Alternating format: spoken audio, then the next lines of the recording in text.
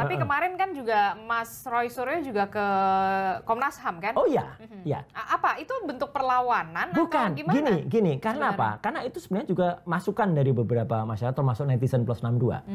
Mas, kita baca Anda itu dikenain pasal di undang-undang yang bukan peruntukannya. Iya, itu namanya melanggar hak asasi dong gitu. Saya jadi ingat, oh iya ya, dulu pasal 32 dan 35 di Undang-Undang ITE yang kebetulan saya ikut menyusunnya, itu adalah bukan untuk tujuan itu. Itu tujuan sampel agar Indonesia itu, Undang-Undang ITE ya, itu supaya tidak disingkirkan dari perdagangan internasional, karena kita belum punya Undang-Undang IETE. Dulu namanya Undang-Undang IETE, Informasi Elektronik dan Transaksi Elektronik. Ada disingkat jadi ITE. 32 itu adalah kalau ada orang transfer, ya saya sering bilang kalau transfer 1 juta, ditulis diubah jadi 10 juta, itu kita salah. Atau sesuatu yang palsu dikatakan asli. Nah, tiba-tiba itu mau dikenakan, mau dicoba, atau dipaksakan. Kenapa saya bilang dipaksakan? Kalau tuduhan semula itu, ya katakanlah ada seseorang yang keberatan karena merasa dicemarkan nama baiknya, merasa dihina, ya, atau bahkan sebelumnya merasa kita menyebarkan menghasut, ya udah gunakan pasal-pasal itu. Kalau menghasut kan 160 KUHP, pencemaran nama baik 310, 311, atau melalui elektronik 27A. Ya udah, kok tiba-tiba ada pasal lain yang diselundupkan, itu namanya pelanggaran HAM. Dan atas saran, ini saran juga loh. Saran dari?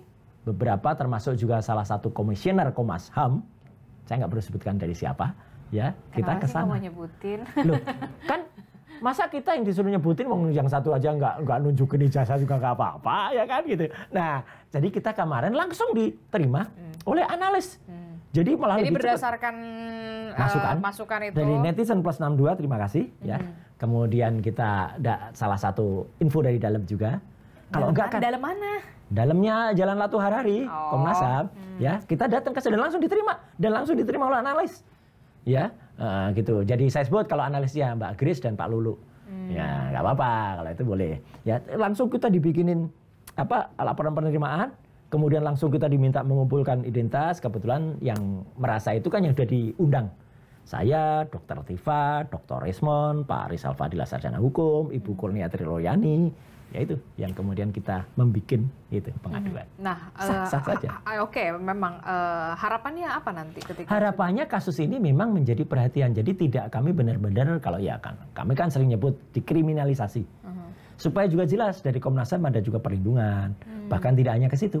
Ya, kemarin teman-teman dari Transparansi Internasional, ya gitu ya, perwakilan Indonesia. Dan teman-teman merasa dikriminalisasi. Iya dong, ada pasal yang tidak jelas digunakan. Karena gini Mbak, pasal itu kalau 311, 310 atau 160 ataupun 27A itu kan ancaman hukumannya di bawah 5 tahun. Kalau ancaman hukuman di bawah 5 tahun itu subjektivitas penyidik. Tidak ada kemudian tiba-tiba menahan. Gitu loh. Tapi kalau ancaman hukumannya yang 32 itu adalah 32 ITE itu 8 tahun, yang 35 itu 12 tahun, dia bisa punya subjektivitas untuk menahan seseorang. Itu yang dialami oleh Prita. Dulu saya termasuk yang belain Prita, Mbak, gitu. Karena itulah saya melakukan revisi ketika saya di DPR terhadap pasal waktu itu masih 2728 yang digunakan pencemaran nama baik itu. Kita turunkan yang tadinya ancamannya di atas 6 tahun, ya. Waktu itu kita turunkan jadi di bawah 5 tahun, jadi hanya 4 tahun. Jadi nggak bisa ditahan sebelum sidang. Kecuali nanti sidang memutuskan apa, baru itu yang dijalankan. Kalau ini sebelum sidang udah dikerangkeng tuh teman-teman, sehingga kita nggak bisa lagi menyuarakan itu, gitu loh. Kita mau-mau aja kalau pasal itu tepat. Sama dengan Barreskrim ini, kita mau-mau aja kalau itu prosedurnya dijalankan dengan benar. Tapi ketika prosedur itu tidak dijalankan dengan benar, tidak transparan, sama seperti undang-undang ini, pasalnya yang lucu kan, kita yang tahu resmi naskah akademiknya, kok malah kita mau dikadalin dengan dipakai itu kan. Makanya waktu kita bikin undang-undang klarifikasi itu, ini benar loh. Petugasnya malah juga tanya-tanya gitu loh. Pak, jadi harusnya pasal ini digunakan buat apa? Gini loh, kasih kuliah sini. Benar-benar kita ngobrol guna dari pasal itu. Oh, mereka gitu. Iya. Loh, saya bilang, lah terus siapa nih yang ngarahin? Ada deh gitu yang ngarahin gitu. Supaya dimasukkan. Lah Anda kok diarahin gitu kok mau?